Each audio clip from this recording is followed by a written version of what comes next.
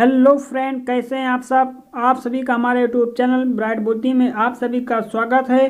तो आज हम एक नए अध्याय के साथ उपलब्ध हैं। आज अध्याय 14 पढ़ेंगे, बल्ब जलाओ जगमग जगमग। शेष अध्याय 13 हम कंप्लीट कर चुके हैं, तो आप हमारे प्लेलिस्ट में जा कर के ज़रूर देखें। ये क्लास 6 की साइंस की बुक का एनालिसिस है, तो आप यहाँ से अपनी पढ़ाई को एक नई दिशा दे सकते हैं। तो चलिए शुरू करते हैं। बल्ब जलाओ जगमग जगमग। तो शबीहा के अब्बा परेशान हो रहे थे, बार बार टार्च को ठोक रहे थे, साथ ही कुछ बड़बड़ा भी रहे थे। अरे आज ही तो छुट्टन नया सेल बैटरी डलवा कर लाया है, फिर क्या हो गया इस कमबख्त टार्च को। ये सुनकर शबीहा चुपचाप उनके हाथ से टार्च ले आई और एक कोने में बैठकर उसकी जांच करने लगी। मन ही मन सोचती भी गई, देखूं कहीं बल्ब तो फ्यूज नहीं हुआ। उफ, ये कैसी कसकर घुमाई है इसकी चूड़ी। हाँ, खुल गई। बल्ब निकाल कर देखूं, बल्ब तो बाहर से ठीक ही लग रहा है। इसे वापस वैसे ही लगा देती हूँ। सेल तो नए डाले हैं, फिर भी देख लेती हूँ। अरे ये क्या, एक सेल तो उल्टा लगाया हुआ है। ये तो छुट्टन की ही करामात लगती है।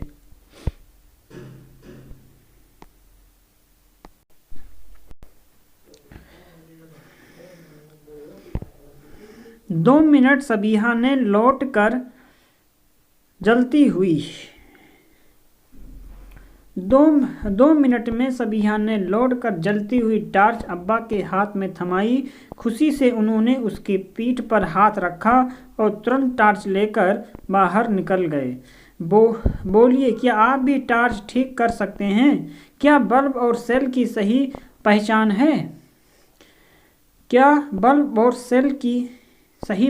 है? आपको इस अध्याय में ऐसी कई बातों का अभ्यास आपको करवाया जाएगा। स्विच क्या होता है? विद्युत अथवा बिजली किन चीज़ों में से प्रवाहित होती है और किन में से नहीं? ऐसे सवालों के उत्तर आपको मज़ेदार प्रयोगों से मिलेंगे। इसके अलावा आगे की कक्षाओं में भी आप विद्युत अथवा बिजली के प्रयोग करेंगे। सावधानी, यहाँ सब प्रयोग केवल टार्च या रेडियो में लगने वाले सेल से किए जाएंगे। कहीं भूल से आप अपने घर, स्कूल या खेत में लगे बिजली कनेक्शन से प्रयोग ना करें। वहाँ बिजली से छेड़छाड़ करना खतरनाक हो सकता है। सेल से बल्ब का नाता जोड़ें। एक सेल टार्च वाला बल्ब होल्डर, तार के कुछ टुकड़े लीजिए, साइकिल ट्यूब का छल्ला भी रख लें। क्या इन्हें जोड़कर बल्ब जला सकते हैं? ठहरें, जल्दबाजी से काम नहीं चलेगा। हम सावधानी से ही एक एक कदम आगे बढ़ेंगे।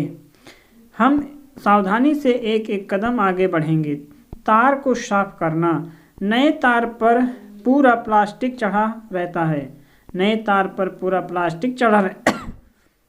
तो सबसे पहले तार के दोनों सिरों से लगभग 2-2 सेंटीमीटर एक प्लास्टिक हटा दें।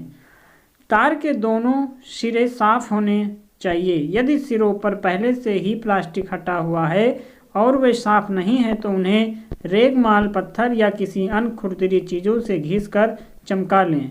बल्ब और होल्डर की जांच। बल्ब के अंदर पतले तार को छोटा सा कुंडल होता है। हैंडलेस से देखिए कैसा है। अगर कुंडल टूटा हुआ हो तो बल्ब नहीं जलेगा। ऐसा फ्यूज बल्ब को बदलना पड़ेगा। यह टार्च बल्ब तो छोटा है, पर घर में लगा बल्ब बड़ा होता है, इसीलिए उसमें कुंडल साफ दिखाई देता है। बल्ब के नीचे कुंडी को देखें। कुंडल के तार का एक सिरा अंदर ही अंदर कुंडी से जुड़ा होता है। कुंडल का दूसरा सिरा बल्ब की चूड़ी से जुड़ा होता है, इसीलिए कुंडी और चूड़ी ही इस बल्ब के दो सिरे कहलाते हैं। चित्र को देख करके बल्ब की ये बनावट समझने की कोशिश करें। बल्ब को बल्ब होल्डर में कस कर फंसाया जाता है। इसमें बल्ब की चूड़ी होल्डर की चूड़ी से जुड़ जाती हैं और बल्ब की कुंडी होल्डर की कुंडी से जुड़ जाती है। होल्डर की कुंडी और चूड़ी दोनों से एक एक पत्ती जुड़ी रहती है जो बाहर को निकलती है। क्या तुम इन पत्तियों को चित्र में पहचान पाए? इन्हीं पत्तियों को होल्डर का सिरा कहते हैं। अगर तुम्हारे होल्डर के सिरे पर जंग लगी है तो उन्हें भी रेगमाल से घिस कर चमका दें और फिर दोनों सिरों पर एक एक तार का टुकड़ा कस करके जोड़ दें। सेल के सिरे पहचानिए। सेल के भी दो सिरे होते हैं और दोनों के अलग अलग नाम भी हैं। देखें, एक तरफ छोटी कुंडी बनी है, वहाँ क्या निशान बना है? प्लस निशान वाला सिरा है धन सिरा और चपटी सतह वाला ऋण सिरा जिसका निशान माइनस होता है। नुकसान से बचना। सेल के दोनों सिरों को तार से सीधे कभी मत जोड़ें, नहीं तो आपको सेल मिनटों में खत्म हो जाएगा। बढ़िया सा सेल होल्डर। सेल के तारों को कैसे जोड़ें, इसका एक आसान तरीका है। साइकिल ट्यूब के टुकड़े काट कर आप छल्ले बना सकते हैं। छल्ला इतना चौड़ा हो कि जब उसे सेल पर चढ़ाएं तो सेल की कुंडी उसे ढके जाएं। बस यही आपका सेल होल्डर। यहाँ तक की तैयारी ठीक से हो गई है तो अब आप आगे बढ़ें। 5वां नंबर है, अब जलेगा अपना बल्ब। बल्ब होल्डर से जुड़े दोनों तारों को सेल से जोड़ना है। एक तार को सेल की कुंडी पर लगाना है और दूसरे तार को सेल के चपटे सिरे पर। तारों के सिरों का छल्ले के नीचे अच्छे से दबा दें। बस ऐसा करते ही आपका बल्ब जगमगा उठा या नहीं। अगर बल्ब नहीं जगमगा या नहीं जला तो तारों के सिरों को साफ करके ठीक से कस कर लगाएं। फिर भी न जले तो शिक्षक को दिखाएं। अपना बल्ब बुझाएंगे कैसे? अपने सेल को फालतू में खर्च ना करना हो तो क्या करें? बस सेल में लगा एक तार हटा दें। अब सेल को अगर पलट कर लगा दें तो क्या होगा, करके देखें। अभ्यास। किस किस का बल्ब जलेगा? जैसे कि मीनू, गोलू, सायरा, अतुल, मुनिया और सब लोग हैं। आपने अपना बल्ब तो जला लिया, पर मीनू, गोलू, शायरा, अतुल और मुनिया ने जिन अलग अलग तरीकों से अपने बल्ब को तार से जोड़ा है चित्र में दिए गए हैं, सोचकर बताइए किस किस के बल्ब जलेगा और किस किस का नहीं। अब खुद करके भी देखिए कि आपने सही सोचा था या नहीं। बिजली का परपथ। बल्ब जल रहा है तो जाहिर है कि उसमें विद्युत धारा बह रही है। तो बल्ब को जलाने के लिए धारा कैसे पहुंची? बल्ब तक विद्युत धारा तार से पहुंचती है। सेल से तार में, तार से बल्ब में और फिर बल्ब में से हो करके तार के ही जरिए सेल के दूसरे सिरे तक धारा के प्रवाहित होने का यह एक पूरा चक्कर लगता है।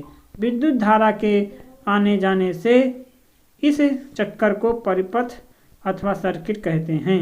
आपने भी बल्ब जलाने के लिए कई परिपथ बनाए हैं। धारा जब बहती है तो हम कहते हैं सर्किट पूरा या चालू है। सर्किट में विद्युत धारा नहीं बहती तो हम कहते हैं सर्किट अधूरा है या कहीं से कटा हुआ है। कौन कौन से सर्किट अधूरे हैं? हम कैसे पता कर सकते हैं कि किसी परिपथ में विद्युत धारा बह रही है या नहीं?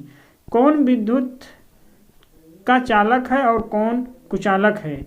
शुरू में हम खुले सिरों को चित्र की तरह विद्युत परिपथ बनाएंगे। फिर उसके तार काट कर कटे तार के सिरों के बीच में तरह तरह की चीजें जोड़कर देखेंगे कब बल्ब जलता है और कब नहीं। जिस वस्तु या पदार्थ के बीच में जोड़ने से बल्ब जलता है उसे विद्युत का चालक कहेंगे। और विद्युत धारा के चालक धारा के बहने में इतनी कम रुकावट डालते हैं कि विद्युत जलता रहता है। पर कुछ चीज़ें ऐसी भी होती हैं जिनको सर्किट में रखने से बल्ब नहीं जलता, उन्हें हम कुचालक कहते हैं। कुचालक धारा को बहने से रोकते हैं तथा बल्ब जल ही नहीं पाता। चले जाएं। चलिए हो जाए तैयार चालक और कुचालक पहचानने के लिए। लोहे की चाबी से शुरू करें। तारों के खुले सिरों के बीच चाबी को जोड़कर देखें कि बल्ब जलता है या नहीं। फिर तालिका में दी गई वस्तुओं को भी तार में जोड़कर पता लगाएं, चालक है अथवा कुचालक। तो लोहे की चाबी क्या होगी? ये चालक होगी। कांच की पट्टी ये क्या होगा? ये कुचालक। चाक कुचालक। 50 पैसे का सिक्का ये चालक। सूती धागा अथवा कपड़ा ये कुचालक। कागज कुचालक। धातु की थाली चालक। लोहे की कील ये चालक होगा। ढेर सारी चीज़ों से प्रयोग करना कुछ तालिका में लिखी है और भी चीज़ें लेकर देखिए। लकड़ी, रबड़, तांबे का तार, प्लास्टिक, पेचकस की नोक, पेचकस का हैंडल, बल्ब की काली चपड़ी, एल्युमिनियम की पन्नी, पेंसिल के शीशे का टुकड़ा इत्यादि।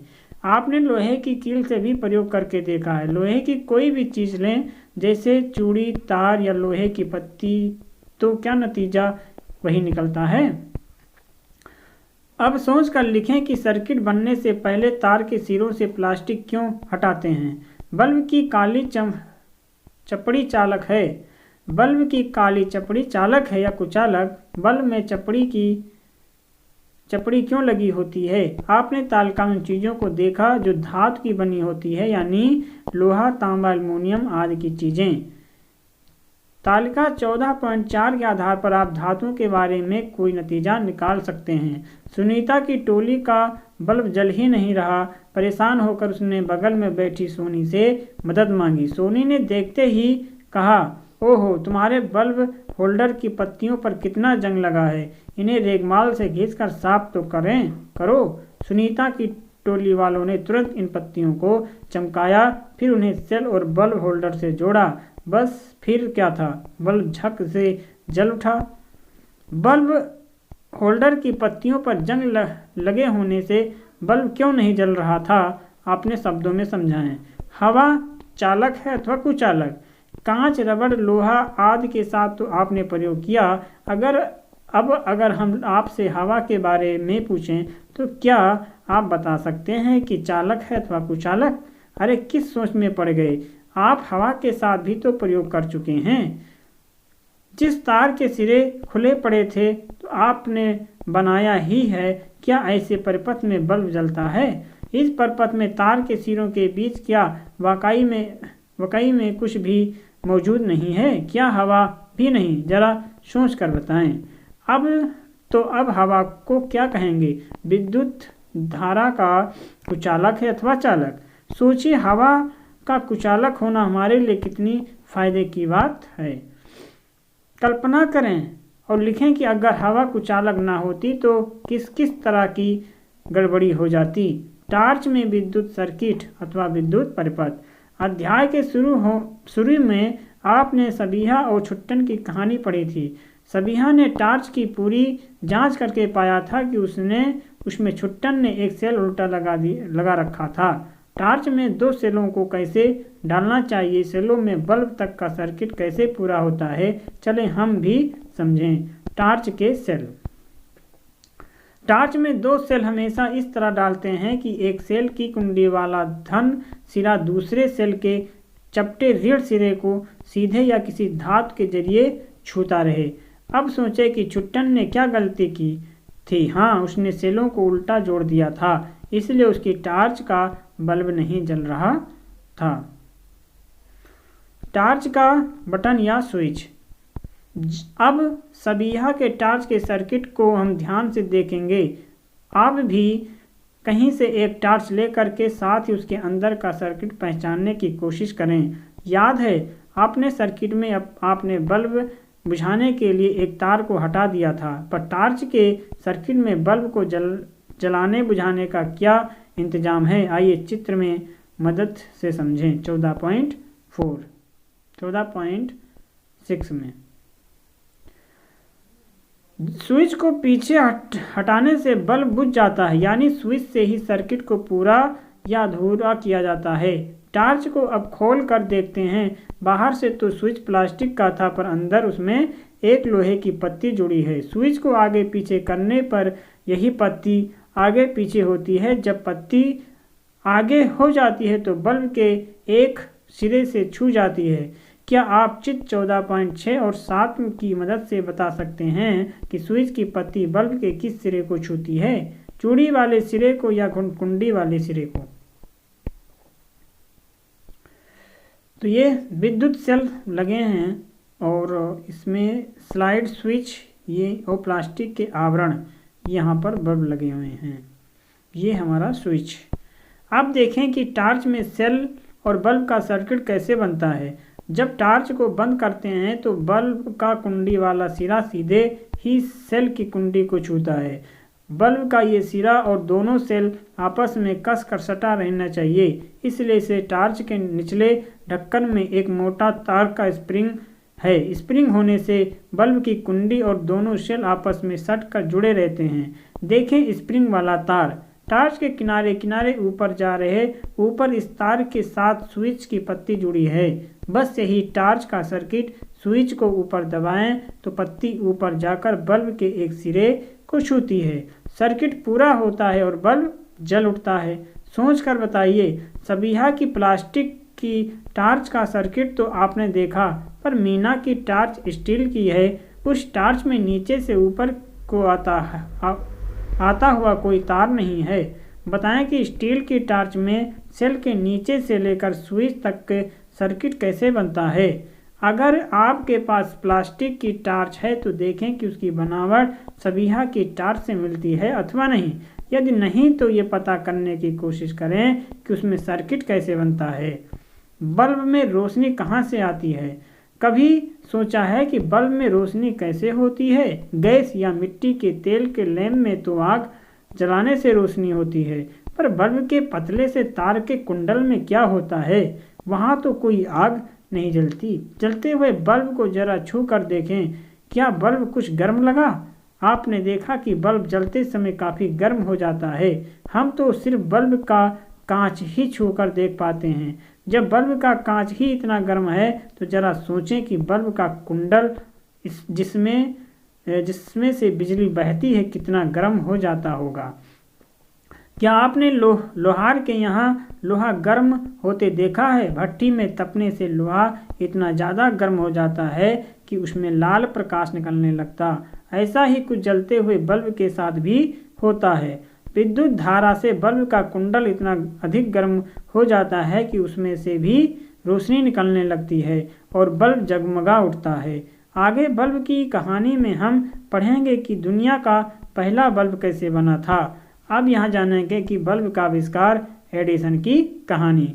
बड़ी ही मज़ेदार कहानी है बल्ब के आविष्कार की। हमें भले ही बल्ब बड़ा ही सरल उपकरण लगे, बस बटन दबाएं और बल्ब जल उठाता है, पर जानते हैं कितने ही वैज्ञानिकों की सालों की कड़ी मेहनत इस सरल से उपकरण में छिपी हुई है। बिजली का बल्ब बनाने की कोशिश लगभग 150 साल पहले शुरू हुई थी। तब तक वैज्ञानिक अपने प्रयोगों द्वारा ये जान चुके थे कि किसी तार में से बिजली बहाएं तो वो गर्म हो जाता है और कुछ तार में तो बिजली बहने से इतने अधिक गर्म हो उठते हैं कि उनमें से प्रकाश निकलने लगता है। पर ऐसे तारों के साथ एक बड़ी समस्या थी। वो ये ऐसे तार कुछ ही पल में जलकर टूट जाते थे। जब तक ये समस्या न सुलझती बल्ब बना पाना तो नामुमकिन ही था। बस इसी चुनौती से निपटने के लिए उस समय दुनिया भर के कई नामी गिरामी वैज्ञानिक जुटे हुए थे। उनमें से एक खोजी थॉमस एडिसन भी थे। बिजली का बल्ब सबसे पहले बनाने का श्रेय एडिसन को जाता है। एडिसन की जीवनी बड़ी ही रोचक है। उनसे बड़ा आविष्कार मानव इतिहास में शायद ही कोई और होगा, लेकिन पूरे जीवन में वे स्कूल लगभग 3 महीने के लिए ही गए थे। वह बचपन से ही खोजी प्रवृत्ति के थे और खुद प्रयोग करके ही उन्होंने विज्ञान सीखा। किसी भी तकनीकी समस्या को समझने और उसका हल ढूंढ निकालने का सचमुच कमाल का हुनर था उनमें। क्या आप जानते हैं कि आपने पूरे जीवन काल में उन्होंने 1000 से अधिक आविष्कार किए। प्रतिभा की धनी और बड़ी कड़ी मेहनत करने के बावजूद भी एडिसन को बल्ब बनाने में कई साल लगे। सबसे पहले उन्होंने प्लेटिनम धातु के एक धागे जैसे पतले तार में विद्युत बहा कर देखा। उन्होंने पाया कि तार गर्म होकर रोशनी देने लगा।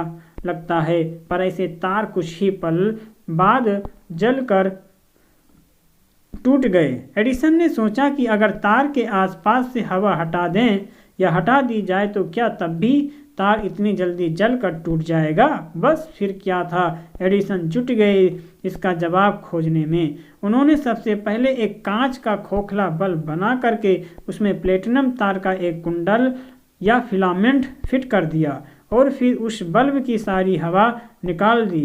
एडिसन ने जब उस फिलामेंट में बिजली बहाई तो बल्ब जलने लगा। खुशी की बात यह थी कि इस बार बल्ब लगातार 8 मिनट तक जलने के बाद ही फ्यूज हुआ। एडिसन समझ गए कि वे सही रास्ते पर हैं। शायद प्लेटिनम की जगह किसी और पदार्थ का फिलामेंट ज़्यादा देर तक जले। इस उम्मीद में उन्होंने कई तरह के फिलामेंट से प्रयोग किए। शुरू में तो वे जो भी फिलामेंट लेते वो गर्म होकर भस्म हो जाया करता था। एडिसन चाहते थे कि फिलामेंट का तार लंबे समय तक रोशनी दे और साथ ही सस्ता भी हो। एक दिन उन्होंने सोचा कि क्यों ना काजल पुते धागे अर्थात कार्बन फिलामेंट का इस्तेमाल किया जाए।